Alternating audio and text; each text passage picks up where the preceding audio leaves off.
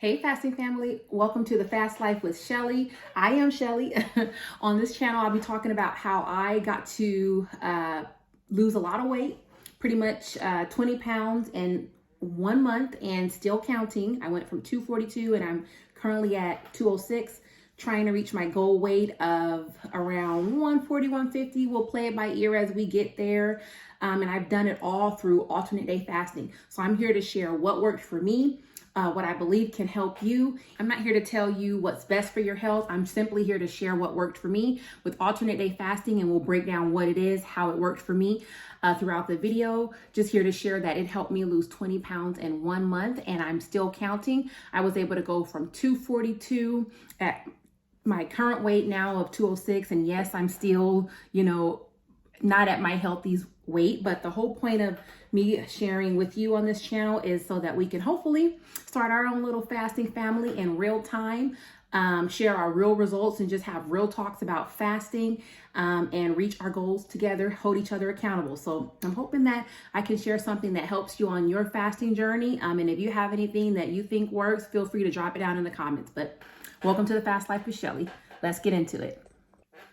If you're like me, you're in your 30s, I'm a mother, and even if you're not a mother, you're just a woman, in your 30s and beyond, 40s, 50s, even, beyond, and you find that what you did when you were younger, in your 20s, or, whatever that younger stage was for you, where you were just able to eat whatever and kind of minimally work out and still keep a nice bod. If you find that you're struggling now, that you're getting a lot older, and like me, I'm 35, and I would say that I'm, in perimenopause or closely approaching. I can feel it in my body, in my bones. So what used to work for me when I was a 22-year-old spring chicken is not working now. So if you're in the same boat, you're a busy woman, you're working, you're taking care of kids, maybe you're married, maybe you have a spouse, partner, what have you, you have family depending on you, and you just find that your health has not taken priority, like I was putting everyone before myself. If you are struggling and you really want to make an impact and turn your health around,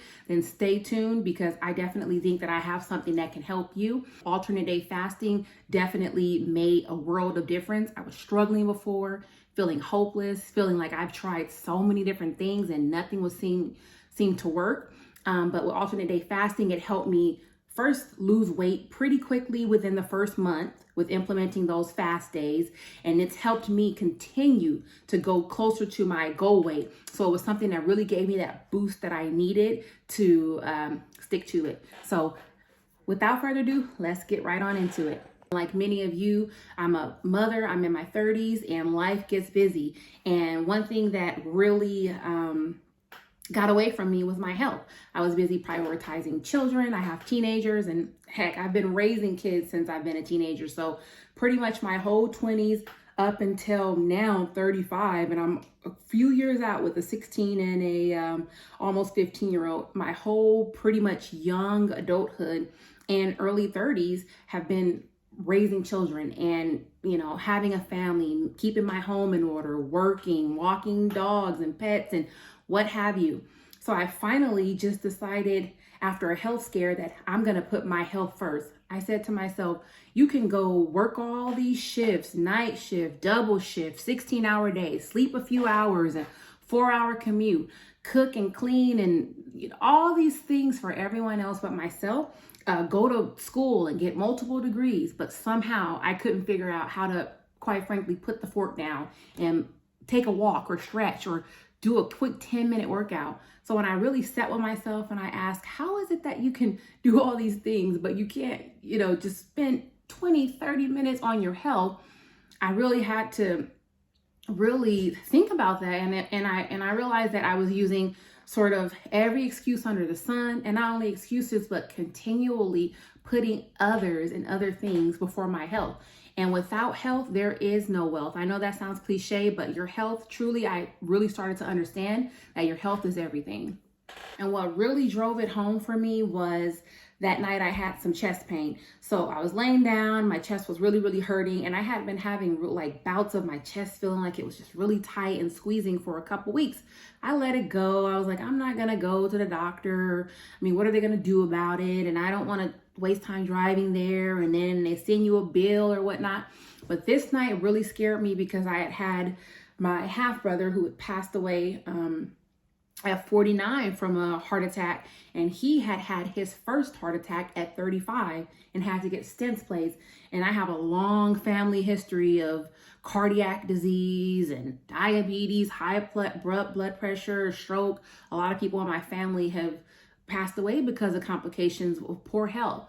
And so I said, all right, I'm going to bite the bullet. I'm going to go into the ER. I don't know. I just thought I felt like this time I didn't want to not wake up. So I went into the ER, long story short, fast forward, I waited 4 hours to be seen. I had my blood pressure taken. I got some blood drawn, a little x-ray. And I think that was just about it. I mean, I talked briefly to a physician who then said, well, your blood pressure is normal now. And of course I had done things at home like walking, deep breathing. I drank a lot of beet juice, just trying to do all the things and naturally bring down my blood pressure. So when I got there, it was a normal blood pressure. And lo and behold, they ended up giving me a prescription for Tylenol and Motrin. And I'm like, I can get that over the counter. And I didn't even end up taking it. So then 2 weeks later, I got a bill for $4,000, which I still need to pay off. So, and that was after insurance kicked in and paid the $6,000. So it was over $10,000, all to go in, wait to be seen, to say that, oh, maybe it's anxiety. And then have a $4,000 bill. So at that point, I was like, I got to do something. I got to take charge of my health. I know it's my weight. I would feel so heavy when I would lay down in the bed. Another thing, I was getting to the point where I was so big that, TMI, you guys, I'm not lying. It was hard to even wipe when going to the bathroom, hard to even shave. And so I'm like, as a woman and just as a person, how I feel, if you're struggling to like shower, if you're struggling to wipe your behind and see your private part, something needs to change. And I just took a long, hard look in the mirror. I did not like what I saw. I didn't like how I felt with back pain, knee pain, joint pain. And this may be you, because when you're lugging around a bunch of weight, at my highest weight just a couple months ago, I was 242. I mean, that was an all-time, I was going to say all-time low, but an all-time high. And I was feeling at my lowest point. So it was at that point that I realized this is not a joke. I had high blood pressure. I took it myself at home and it was somewhere like in the 160s over 120s, almost pretty much stroke level, which prompted me to go in. And so I said, I have children that are depending on me. I have a lifestyle. I have family. I have myself that I want to be around. And so that was my why behind it. It really got me to thinking like, I want to be here. And so I decided to make a change. And that brings me to the why. Every person's going to have a different why. For me, I just plain and simple did not like how I felt. I was tired. Honestly, I wasn't diagnosed, but I felt pretty depressed. Like on my days off work, I would literally lay on the couch. If I didn't drop my kids off, cook a little something for them, maybe I'll walk my dogs a little bit, I would be right back on that couch watching Netflix. And some of it just came from feeling like helpless, feeling so big that I didn't even want to be out in the world and be seen. And when I look back at my, previous self and my 20s and stuff, I was always very bubbly, outgoing. And I was like, this is not me. So my why was just, I didn't like what I saw. I didn't like how I felt. I was constantly in pain, not happy, uncomfortable, lower confidence. I'm not saying my confidence was completely in the toilet, but definitely I didn't feel like I was presenting the best version of myself. And I knew that I had to make a change. So, and that's you. If you're struggling with your weight, the biggest thing is going to be mindset shift, because it all starts here. Alternate day fasting, sure, it's not easy, but once you get your why are you doing it? Do you want to live a long time? You want to be around to see your kids? You want to be able-bodied? You want to look good, feel good, and be able to go outside wearing your best dress and just walk into a room and exude that confidence that brings the right kind of positive energy towards you? You have something in your life you're looking forward to accomplishing. You need to be in good health, or you just it can be for any vain reason too. Heck, you just might want to look good, and that's okay. So defining your why is so important, and it's going to be different for all of us. And for me, it was just, I wanted to feel good, look good, and I want to be around for my family. So that leads me to, how did I actually get started, and what is alternate day fasting? So alternate day fasting, sort of kind of like it sounds, it involves eating every other day. So my schedule was, I would fast Monday, eat Tuesday, fast Wednesday, eat Thursday, fast Friday, and then eat Saturday and Sunday. And it wouldn't be like huge meals on those 2 days. So essentially, I fasted 3 days a week, Monday, Wednesday, Friday. And then I ate on Tuesday, Thursday, Saturday, and Sunday. And so all those fasts were 24 hours or more, depending on at what time I last ate on the days I was eating. So quick example, I could eat Sunday and I'd be eating from maybe 11 o'clock in the morning, or maybe even earlier. Let's just say sometimes I would eat like at 9, and then I would stop eating maybe around 6 o'clock or something. And then I would fast from Sunday at 6 p.m. I would fast all the way. So I get to the morning on Monday and I'm still not eating. I'll go through Monday not eating.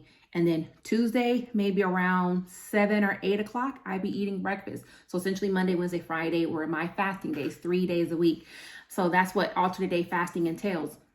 Back when I was in my 20s, I would be reading things by Dr. Jason Fung, and I'll link some links and materials in the description box so that you can check it out, because he's a really great resource. There are a couple of other videos and doctors that I would watch on YouTube, like Dr. Berg, Dr. Ekberg, they sound like twinsies, somewhat similar, and Dr. Mindy Pelt. So a lot of resources that I'll link. So I started just looking around because I was so desperate, like, how can I lose weight? And I really needed to drop the first couple of like 20 pounds quickly. And I know weight loss is low and slow, long-term, yes. But when you are big, I'm 5'4", you're big, you're having symptoms, you're 242 at 5'4" as a woman, you have fat on your body. So fasting, not eating for a couple days is not going to kill me. And again, if you have health conditions, please follow up with your provider to do what's right for you. But for someone like me, I didn't have any like other conditions other than having symptoms from being overweight. Fasting, I felt comfortable to go ahead and skip some days without eating. So back to the story. In my 20s, I did something like 5-2 fasting, which kind of is a little bit like alternate day fasting in the sense that 2 days a week you would eat 500 calories and then eat normally the other 5 days a week. And that really helped me, along with intermittent fasting, regulate my weight in my 20s. So I started watching Dr. Fung again, watching a couple of YouTubes and reading things, and decided I'm going to go all the way. I'm going to do, first I started like intermittent fasting again, where I was having an eating window, like eat 8 hours out of the day. Let's say, from 9 to 5 or something like that, I could eat. And then after that, I wouldn't eat. So I slowly got myself into it by eating healthy, whole foods, no junk food. I cut out a lot of the carbs, so no rice, no bread. I wouldn't say I was exactly keto, but I definitely kept my carbs low, and the carbs I was getting were naturally from like fruits and vegetables. So I started eating cleaner, whole foods, cutting out junk food, reducing my carb intake, upping my protein to about like 0.8 grams or 1 gram per like pound of my goal weight. So I would probably get like somewhere between 120 and 140 grams of protein. I try to keep my carbs under 50 grams. Some people might call that keto. Some people consider keto under 20 grams. So essentially I did a massive overhaul. I segued into it by eating like time restricted, cutting out junk food, reducing carbs, increasing my intake of healthy foods, low carb fruits like I would do lemons, a lot of bell peppers, raspberries, strawberries. So pretty much started kind of weaning off all the bad stuff. I stopped ordering DoorDash and I started cooking more myself. I also had to let go of the alcohol, and I've never really been a big drinker. I will say maybe like a couple years ago or so, or maybe within the past year, I would enjoy some red wine. I would occasionally have like, if I went out, maybe I'd have an old fashioned or something like that. So I wasn't a huge drinker, but even still, alcohol consumption interferes with fat burning. So I pretty much tried to cut out unnecessary calories and any kind of things that would get in the way of me losing weight. A big thing I started doing is also tracking my calories. I use my Fitness Pal. I'll put it up on the screen. There's tons of different apps. I just found that I like my Fitness Pal because it breaks it down into your macronutrients. So it can show you your carbs, your protein, and your fats. Also tracks things. You can scan a barcode on a food item and it'll break it down into the calories and macronutrients, vitamins, all that stuff. You can even scan a meal and the system will recognize kind of like what you're eating and give you credit for your calories. And you have to sometimes tinker with it and put in what you're eating. But for the most part, I found my Fitness Pal to be awesome. I also got the premium version. It gives you like some video workouts that you can do. You can track your progress with photos. And what I really liked is that it's just visual. I like to see my progress. And for me, if I'm not tracking, I lose sight of it. It's really hard for me to gauge, am I doing the right thing? Am I eating the right amount? Am I seeing steady weight loss? And with my Fitness Pal, I can definitely see that because I have my progress pictures I'm taking. I put in my weight after every day that I don't eat. So after every fast day, I wake up that morning, I take my weight, use the bathroom, take my weight, I put it in there, and it has a chart. So I could gradually see my weight trending down over time. And also it tracks my steps. So it integrates with the Apple Watch here. And so I can easily keep track of everything. So that's another thing that I started doing. I started aiming for a minimum of 10,000 steps. And I'm not gonna lie, at first it was very hard. Like I was getting like maybe 6,000 steps, give or take. And so slowly I started bumping it up by 500, 1,000. And then I started walking on inclines on a treadmill and getting out on trails. I took my 2 dogs with me because I don't want to be on the 7 o'clock news, but they keep an eye out for me on the trails. So I started doing that. I like to be outside. I'm not the biggest gym goer. So I started doing things that were easy for me to implement in my everyday life that didn't require me to go spend a bunch of money. And that kind of honored the kind of person that I am. I love being outside in the sun, walking my dogs. And so I just tried to make the process a lot easier for myself. So I started walking and eventually got to the 10,000 steps. And I even started going above and beyond that to, 12,000, 14,000, whatnot. But the biggest thing was keeping track of my calories on the days that I would eat. Because I'll be honest, initially when I started fasting, I would feel so hungry that I couldn't wait to eat the next day. And that first day I pigged out, and then it kind of like negated all the progress from the fasting. So then I said, okay, maybe I need to start tracking my food. I use my Fitness Pal so I could track my calories. And then the next day when I would eat after fasting, I could see like, oh, wow, like I am eating too little, too much, or maybe just the right amount. So my Fitness Pal really was a big help. And lastly, another big one was sleep. I noticed on the days that I didn't get at least 7 hours of sleep, it would be a struggle to fast, because when you're hungry, your cortisol stress hormone is up. It makes you hungry and you just pretty much want to eat carbs, salt, all the bad stuff. So I started getting between 7 and 8 hours of sleep. And I'm sure there were some weekends in there where I said, I need a rest day. So I wouldn't even set my alarm. If I didn't have to work or do anything, I didn't have any appointments, on those weekend days, I just turn my alarm off and I will go to bed naturally, probably before 10, and I maybe would wake up around 8 or something, or 7. So sleep was so important, I found, for me. Not staying up late really helped me to be able to take control and be able to fast the next day. All right, another huge one, and we kind of talked about it earlier, mindset shift. Alternate day fasting, even losing weight in general, especially if you are a mother like me, or you're in your 30s, you have obligations, you have family that are used to you showing up, and they're used to you they're used to seeing you in a certain way, and you have your set role in the family, and everyone knows that you're the cook, you're the eater, you're not gonna say no to some food. So when you start trying to lose weight, you have to realize that maybe not everyone's going to be on board. Maybe you're going to have to say no to some things if you're like me and you really wanted to implement that change with fasting. So for instance, I started saying no to going out late at night. It was just something that I was not able to do. And if you have a partner or a spouse, they may feel some kind of way about it because it's kind of getting in the way of your normal dynamic. But if they're loving, they care about your health, eventually they'll come around. But I will definitely say in my own experience, it required me to say no to some things, no to going out late at night dancing, or no to drinks, or maybe I had to say no to sitting on the couch and watching this movie because I wanted to go walk outside, or I wanted to come in my room and do a quick workout. And I'll throw in some of the workouts that I like, some of the channels like Grow with Joe, Mr. and Mrs. Muscle, Carolyn Gervin, I hope I'm saying her name right. So I had to just put my health first, and that was pretty hard. Another big one for me was not cooking every day. Cooking takes a lot of effort.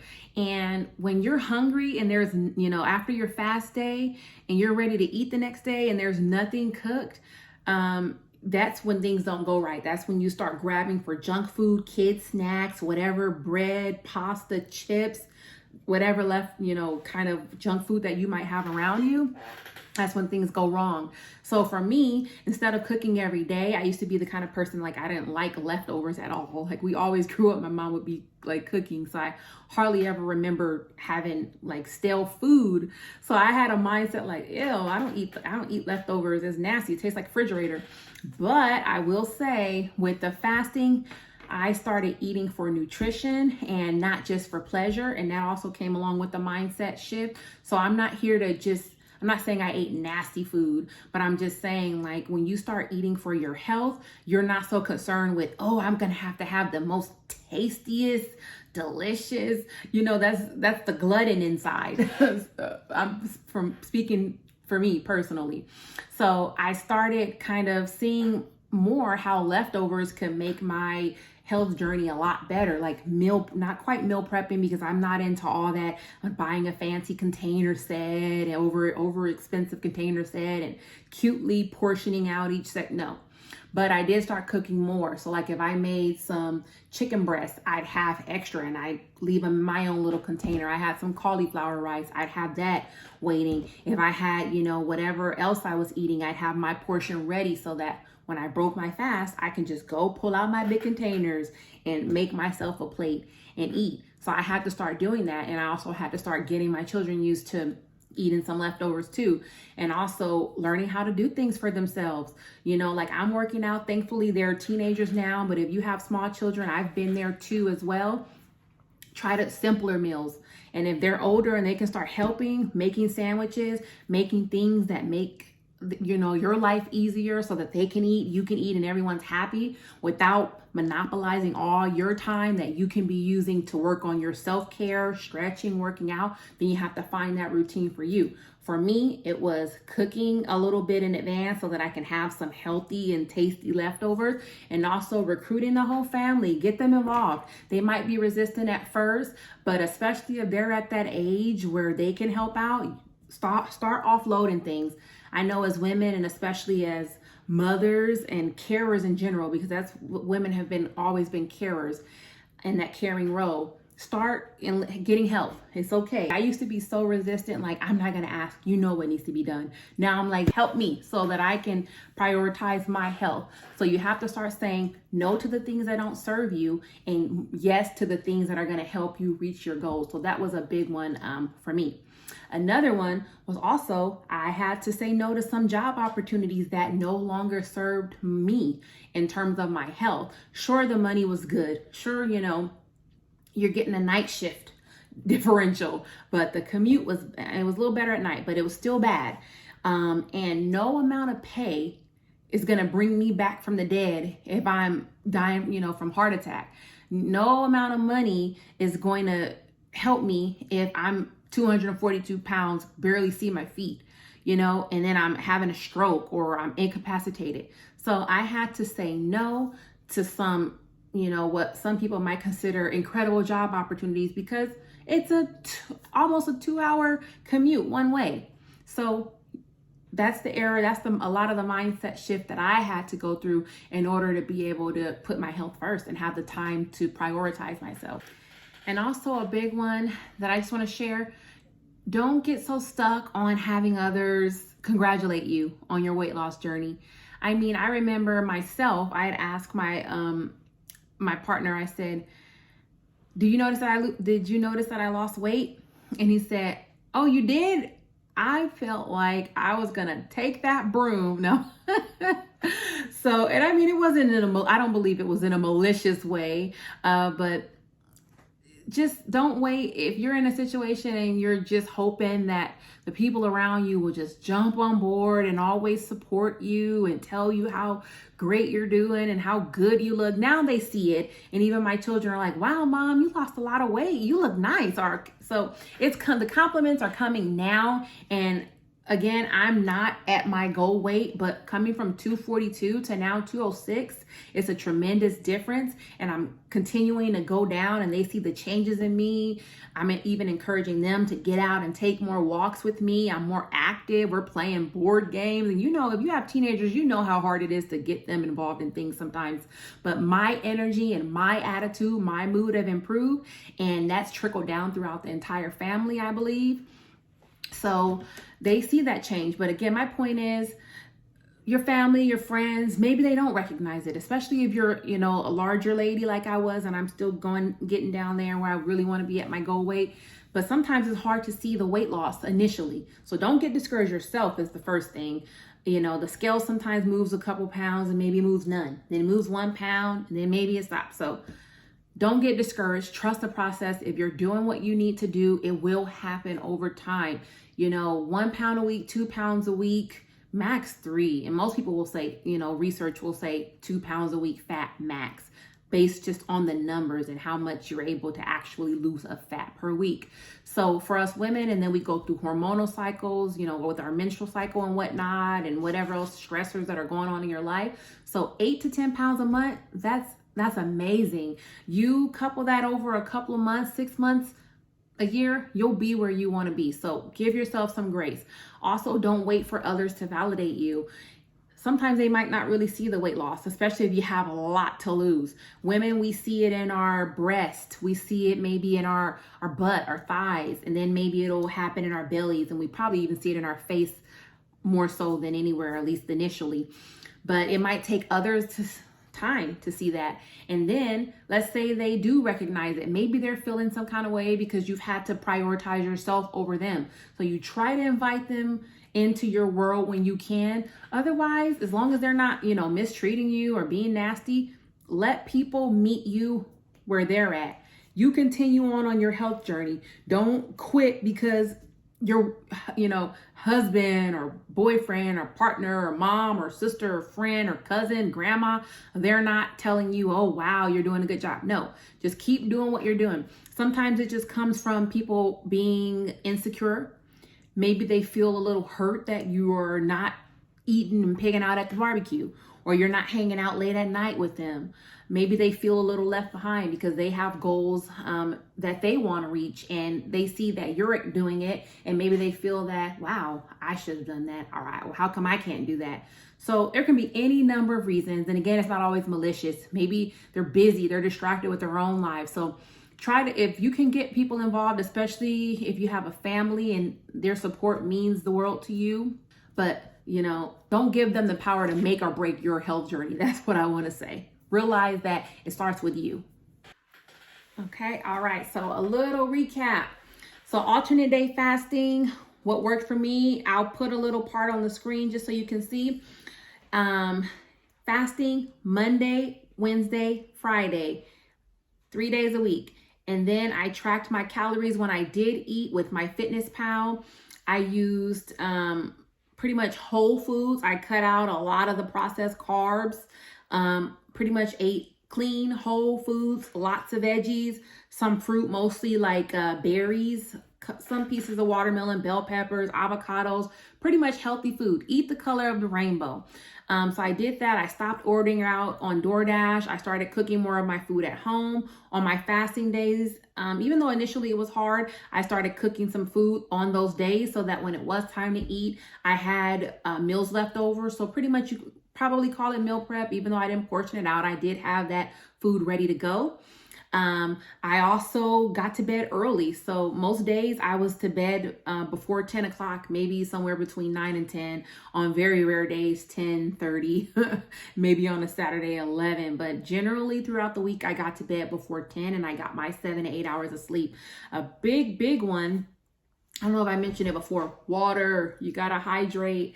So I have a big giant water bottle and it was about 128, give or take, ounces. I also took some electrolytes on my fasting day. I like Dr. Berg's electrolytes. It has potassium, some sodium, not too much because with me, I know that I'm very sensitive to salt and so are a lot of people in my family.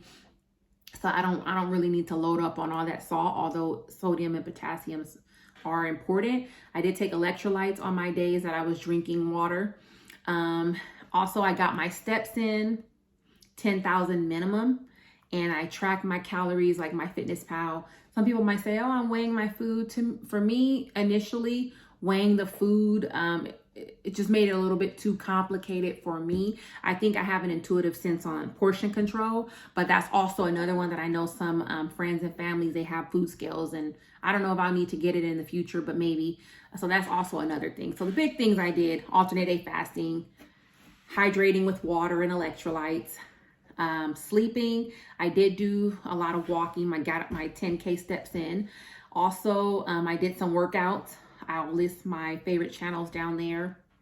I did do a little bit of strength training through my workout videos, nothing gung-ho. I don't have a gym membership. I like getting outside.